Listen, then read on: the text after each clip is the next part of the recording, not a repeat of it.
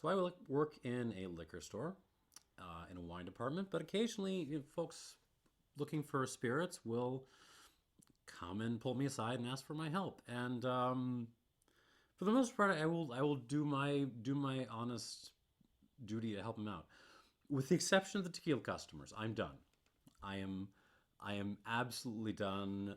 It's not everyone, you know, hashtag not all tequila customers, but like I'm for the sake of the one or two unicorns out there, like I'm just not gonna deal with it anymore. Um, Tequila customers have no interest in listening to what I have to say. They trust random websites and celebrity endorsements and whatever their dumb friends have told them far more than they trust anything I might have to say. Um, and yeah, even the bourbon people will listen to my little opinions more so than the tequila customers. They will just go straight for whatever the biggest, flashiest bottle is, whatever brand fits their lifestyle. Um, whatever again, whatever got the celebrity endorsement, whatever. I don't know, but on occasion, these folks will do the 30 seconds research to Google what is the best tequila, and they will come in and they will ask us, "Do you have any four layers? Do you have any G-fers?" And when we say no, they look very sad for a second, and they go and buy Casamigos. But yeah, it's always those two. It's always the four lasers, and it's always the G-fers, and we're always sold out because people always ask for those. Now, the part of why I wanted to do this video was the hypothetical. What would happen in like an alternative, you know, counterfactual universe where the monolith from 2001 gave some of these people basic critical thinking skills, and they started thinking, what if I can't get G4 or Fortaleza? I wonder if there's something else out there that's going to be comparable. And they might actually go on Tequila Matchmaker rather than reading, whatever the, Gear Patrol article is just quoted the top two distilleries. They might actually look at the top distilleries on Tequila Matchmaker and realize, look at that. The El Pandillo distillery, aside from making G4, also makes a bunch of other brands. I wonder if I can get a hold of one of those. Or they might say, that's interesting. There's some other brands a little bit further down the list that are also very comparable. I wonder if these Cascahuín people are around to buy stuff from. or a few steps down the process, they might think, agave is grown in more places than Jalisco. I wonder if someone, is making good agave spirits beyond that range. So that's what we're doing today. We're doing basically, what do you do when you can't get the Jiffer or the quarter lasers? We're going to review Terralta 110, made at El Pandillo Distillery, which is the same distillery that makes G4. But because tequila customers don't do research, they have no idea this is out there. They will walk right past this in order to demand, G4 extra añejo from us. We are also going to do this. This is very special. Siembra Valles Ancestral. This is lot number 7. I'll talk about this a little bit more when we get to it, but basically this is a very cool project taking place at the Cascahuín distillery in the Valles, the lowlands. And then there's this, which is also very, very cool.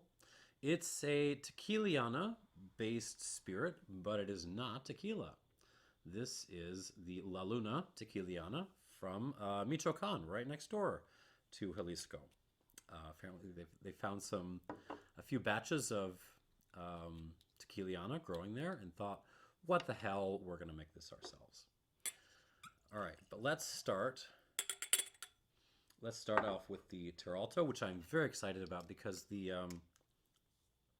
G4 108 is probably one of my favorite tequilas out there.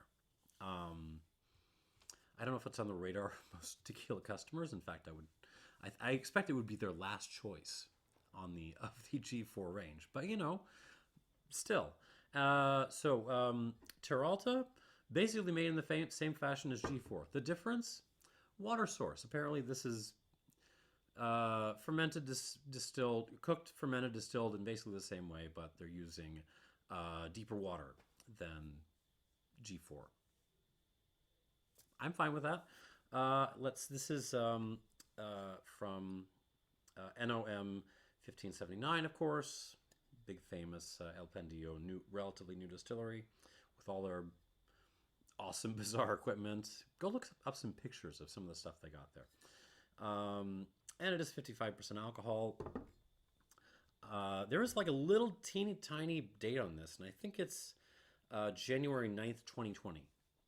So, this, basically bottled in early 2020. On the nose, oh, yes, Los Altos.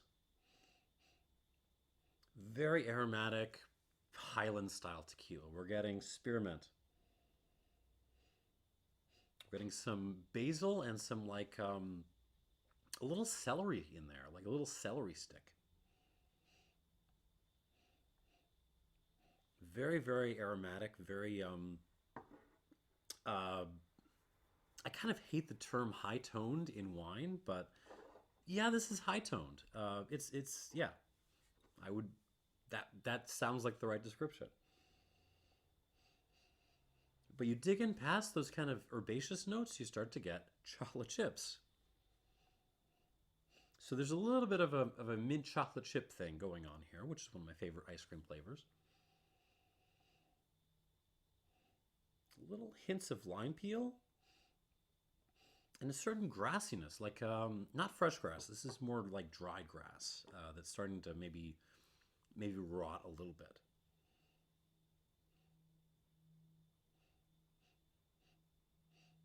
Yeah, it's got the lime peel. It's otherwise pretty subdued on the citrus side of things. I'm kind of looking for more citrus and not finding it. Some what is that? It's vanilla, but there's something else. It's not oak vanilla. This is it's like a vanilla milkshake, like a really good vanilla milkshake that you pay like $8 for. Some chalk and kind of an aniseed thing, but like a little bit of a pastis thing, to be honest, but nice. Yeah, I mean, this is textbook Highland style tequila for me, which I'm fine with. Like that's awesome. On the palate,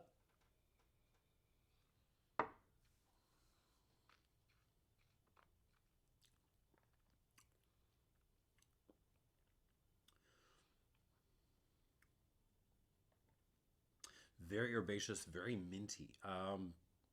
Spearmint, peppermint, also some menthol in there, and even some like eucalyptus kind of stuff. White pepper, that vanilla milkshake thing, that is back in spades. What else?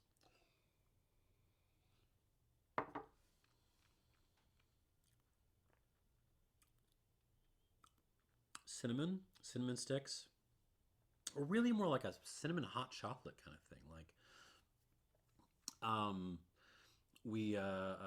my family and I recently had lunch at Cafecito, and we got a hot chocolate there for my 4-year-old, which was really just swimming in cinnamon, and I loved it, and she loved it. There's a little bit of that going on here. Dirt, just a big old clump of dry dirt and like dried grass.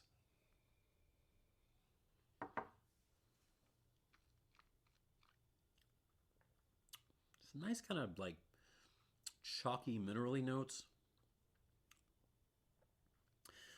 It doesn't have the most mouth length or the longest finish, but it's very refreshing, very aromatic again. I'd love to have a little bit more citrus in there, but you know, I'm enjoying this. Gun to my head, is it better than the G4, the G4 108? No, no, I think I might prefer that a little bit. Well, let's add some water and we'll see if this kind of improves. Right now I have the G4 a little bit ahead of this. 2, 3, do 4. 4 seems about right for 55%. Actually, I just realized I did it by accident, but this is actually reverse alcoholic order. We're actually going from highest ABV to least. I did not plan that. Okay, moving on. This is very cool. So we have this offering from Cascahuín Distillery.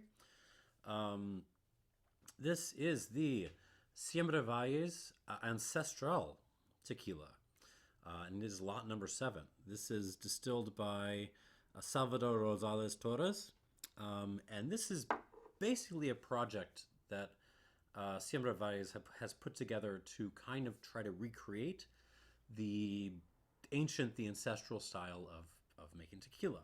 So, you know, we think of like baking in ovens as the classic way of, getting the sugars out of the agaves. Oh, no. They're baking this, they're cooking this stuff in an earthen pit for a couple of days. And then they're letting it naturally ferment for a couple of days. And then they are distilling it first for first run in a stainless steel pot still, and then in a Filipino style still. So again, we're kind of, it's still like very cultivated Blue Weber Tequiliana agave, but like we're taking the methods for producing that to, I wouldn't even say like an back to a mezcal style, but it's more like just back to what tequila would have been maybe a century or so ago, before, they started trying to clean themselves up, basically. So I'm extremely excited to try this. It's not cheap. This is about $120, and it is bottled at 52.6% alcohol. But considering the production methods, I can see where the money is going. Let me put it that way. Ooh. On the nose, quite a lot going on, actually. It's very nuanced. So it's, okay, kind of a smoky thing is the first thing I get, but it's not, it's not like traditional mezcal-y espadín smoke. It's not that. This is more like smoked herbs. Like you threw some whole sprigs of like rosemary and a few other things into a smoker and just got them a little bit toasty. Also, oak smoke. If you've ever used like oak wood as a hardwood, there's a little bit of that in there.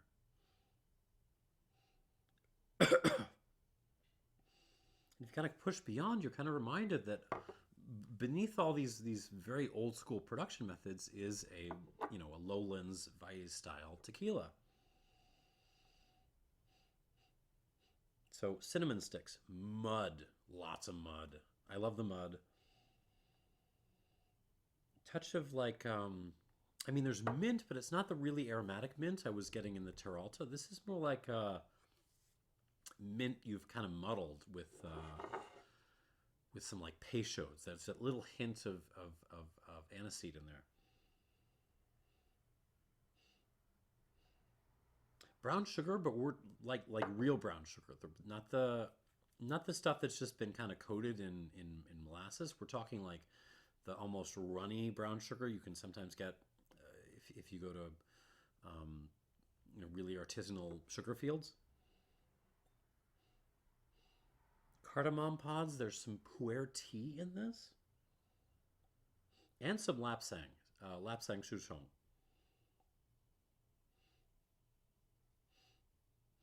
Um, Dark chocolate, really dark chocolate, like 90% dark chocolate, my favorite, and a little roasted marshmallow. It's a really like complex. Nothing. It's not a nose that's kind of punching in the face with any one thing. It's just like a dance of different elements. There's the smoke and the chocolate and the mud and the spicy stuff, and there's just a lot of little things going on. It's really actually very impressive. I mean, it better be for 120 bucks, but yeah, okay. On the palate, here we go.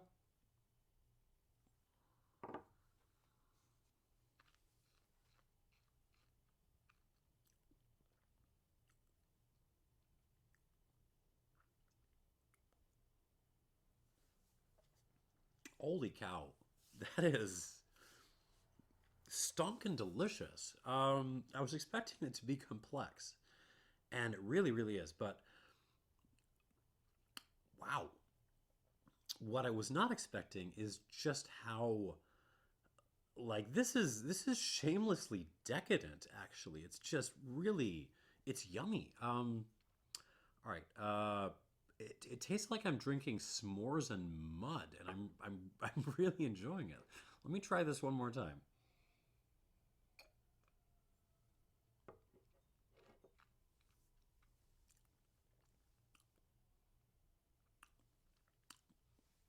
Yeah. Take like a perfect s'more, like the best s'more you could ever made, and then drag it through mud and put it in your mouth, but it's delicious. That's that's a lot of what's here. But then lemon, gravel. I'm really enjoying the lemon. I was kind of missing the the citrusy elements I love in a good tequila. In the Terralta, it is here in spades with this ancestral. Very minerally, very gravelly, little sea salt as well. Um, Mint, that kind of muddled mint note again. Basil, cardamom, allspice, cinnamon, lots of cinnamon.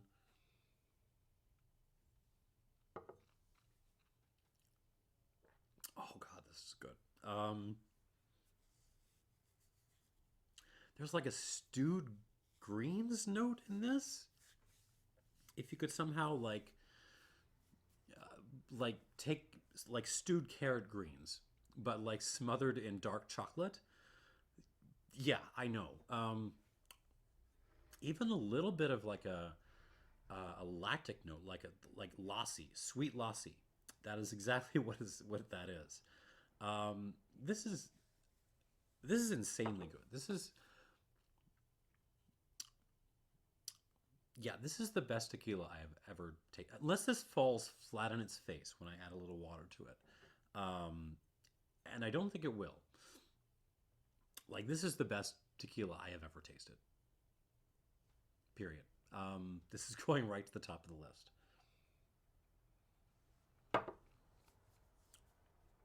Enormous complexity. You can see where all that time they spent making this and all the effort in just stripping things down. You can see where it is coming from, but it is just so delicious at the same time. I'm really impressed. So yeah, this had better not fall apart when I add a couple squirts to it because I want to get this thing up into the deep 80s at minimum. Okay, we're gonna do like 2.5 squirts.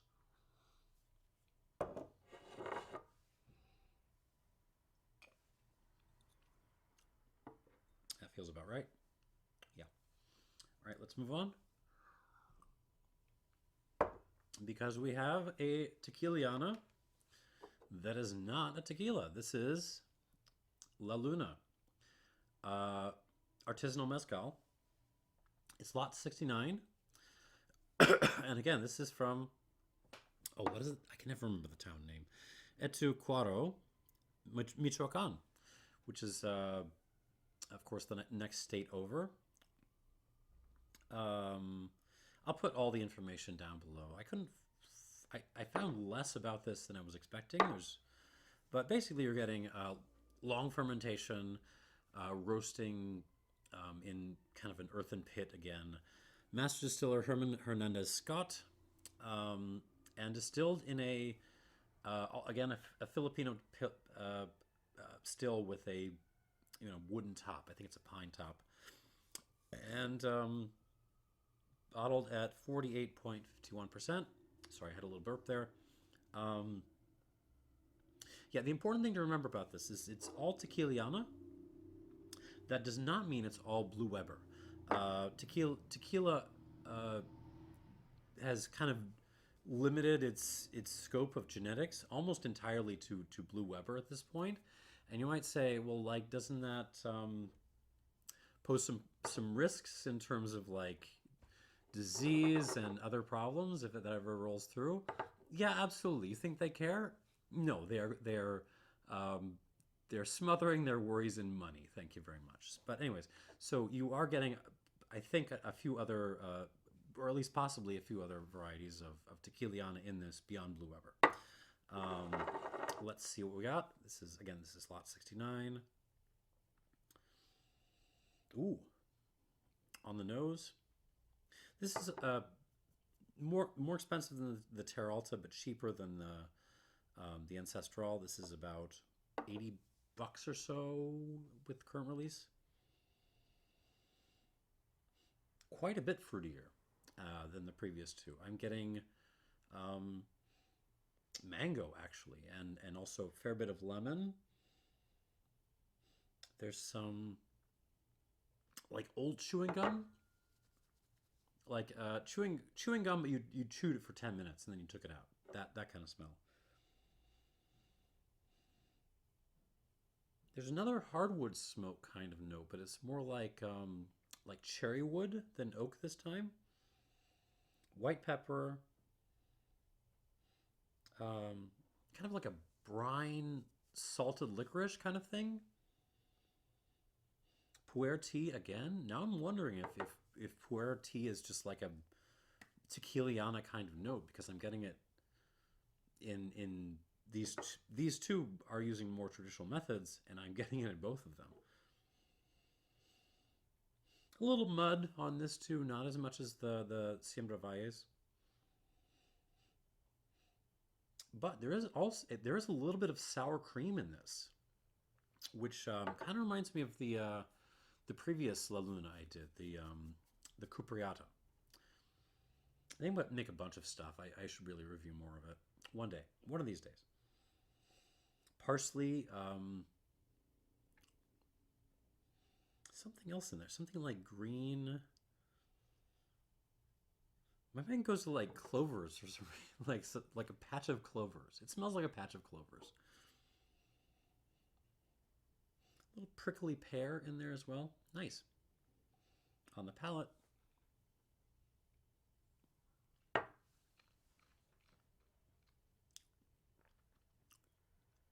Ooh.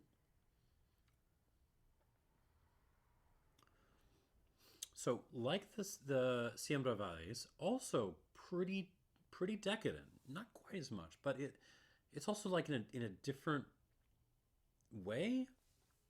It's fruity decadent. It's not really chocolatey decadent. It's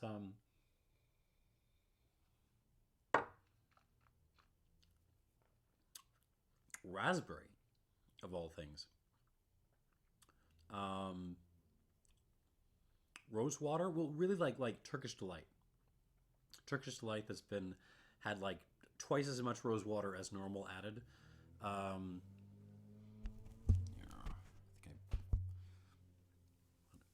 I hope the mic's been picking up all of this, because I just realized it was a little bit out of position. Oh well. Certainly some bubblegum on this.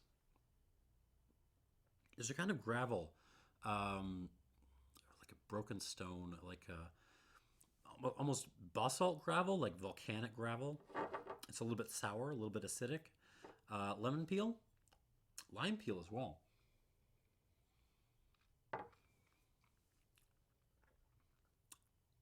Lassi, once again, with a lassi.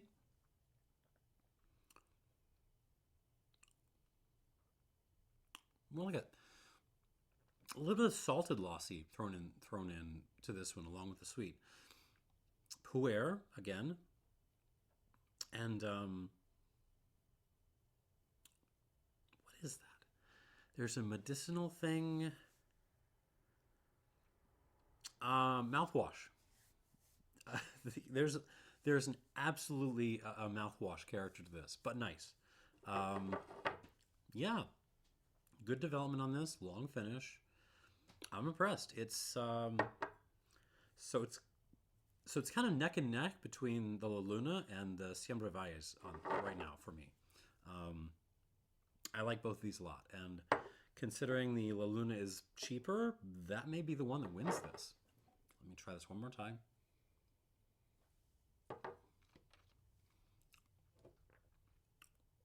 I don't know. This is why I go back through these, right? Wait, it's only 48. I'm gonna go do like 1 1/3 squirt. Okay. And we'll go back through these. So, current running, these two in front, the Terralta kind of carrying the rear, but it's also the least expensive bottle here. So let's see what happens. Going back through these now with water. Yeah, to the last two, like this is just clean. It is clean as a whistle. With water, I mean, it's kind of the same notes. It's that kind of spearminty thing, that really high-toned, herbaceous character. The cinnamon hot chocolate is kind of coming through more on the nose. Maybe a couple more rocks on this, a little bit more minerality, but that's most of the extent of the change, which is fine. This was delightful without water. It is delightful now on the palate.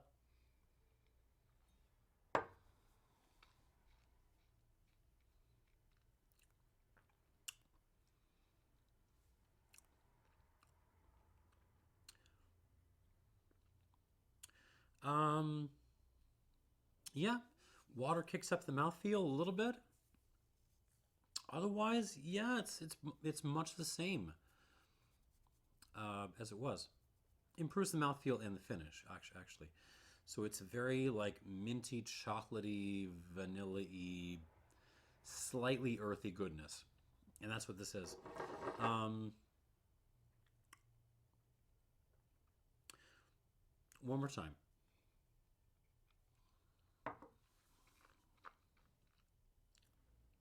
Oh, I would kill for just a little bit more citrus in this. So on the whole, I like this a little bit less than the G4 108, but this is pretty damn good. I'm gonna give this. I can't make it 87, but I'm gonna do 86 plus. 86 plus for the Terralta 110. Absolutely worth a shot. Reasonably priced. And this would absolutely kill it in a margarita if that's what you wanted to do.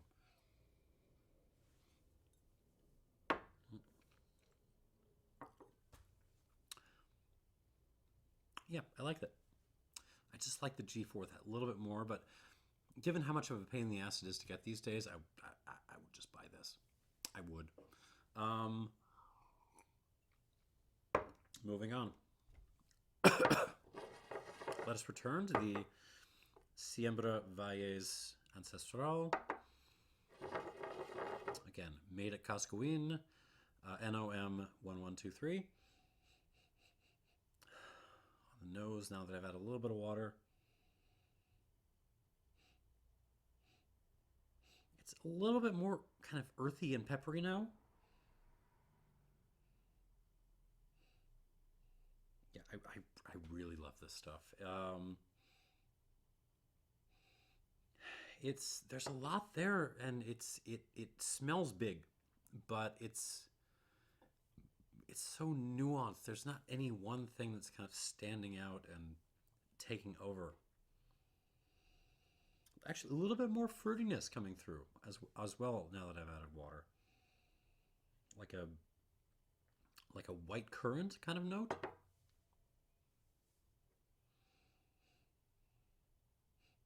Or what even is that? Like almost a melon thing.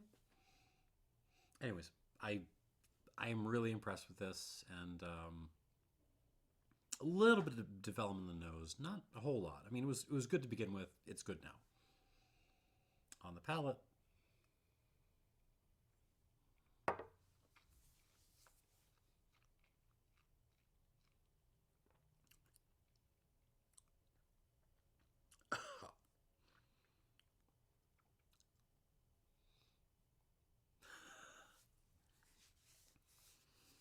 get out of here. Oh, that is wonderful. That is terrific. That is it's like it's like filling your entire mouth with spiced chocolate and rocks. It is. Oh, that is wonderful. One more time.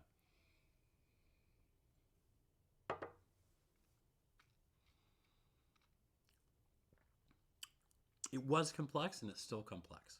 It was absolutely shamelessly delicious, and is still absolutely shamelessly delicious. What the water brings is a crazy dominance in the mouth, just crazy mouthfeel, and the finish just hangs and hangs and hangs on like pepper and earth and spiced hot chocolate, and oh, mm, it's so good. This is great. This is great.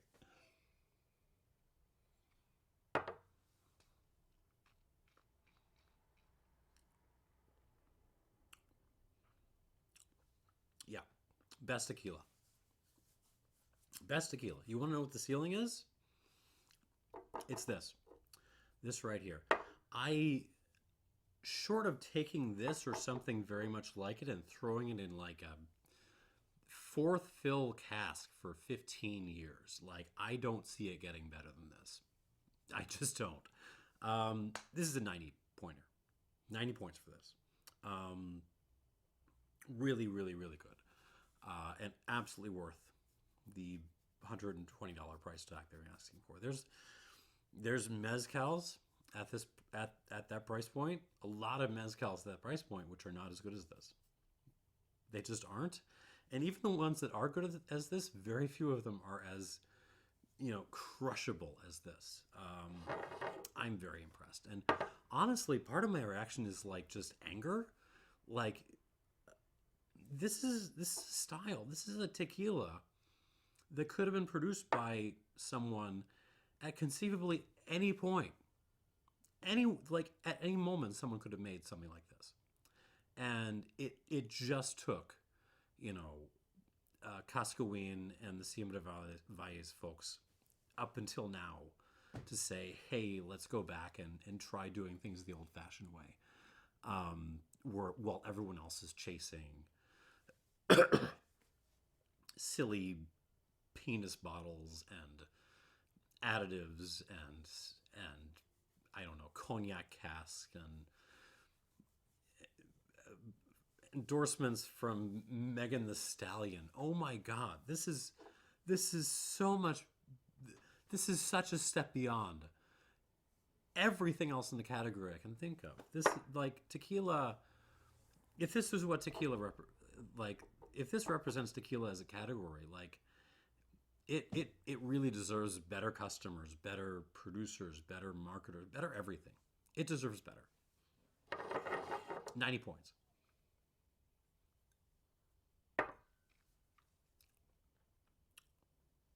God almighty. Yeah, wow. Moving on to the La Luna. Yeah, the Cascahuín took a big step up with the addition of water. Let's see if the La Luna can follow suit. On the nose, it's the I mean, it's still very, very fruit driven, but it's the lemon lime and the kind of the sour cream element that comes out with water.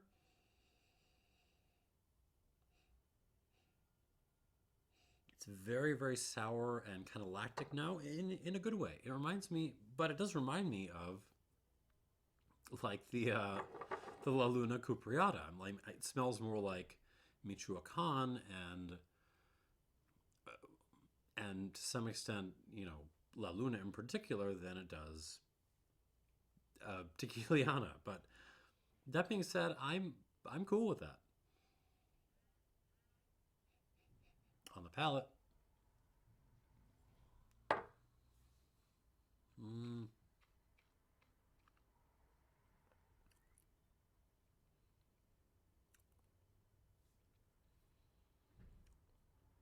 mm.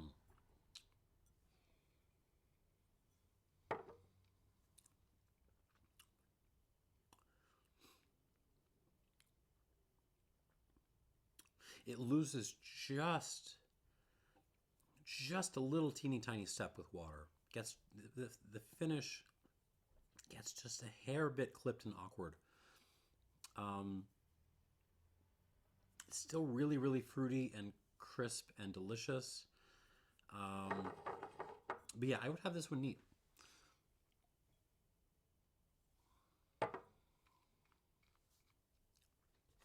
Really nice. I am going to give this 88 points. 88 points for the La Luna Tequiliana Lot 69. And that's the video. So coming up in third, but the least expensive bottle here is actually, yeah, the rankings just go by least to most expensive, don't they? I hate it when that happens. Terralta. Get it while you can. This is very good. And at some point, like someone on Gear Patrol will put up that this is made at the same distillery that makes G4, and it will be all over, and you will not be able to buy this again, which is a shame because this is pretty darn good. 86 points. Coming in second, the La Luna Tequiliana. 80 bucks is certainly not inexpensive, but yeah, it's totally worth it. Absolutely worth it. 88 points for the La Luna Tequiliana. Really good, really fun. Like just a fun bottle. I might see if I can hunt one of these down. And Siembra Valles, Siembra Valles Ancestral, Lot 7. I don't know what else to say. Like this is it for me. Like this is it. I was expecting something complex and nuanced and serious. I was not expecting something this delicious or something just kicking at this level. This is really good.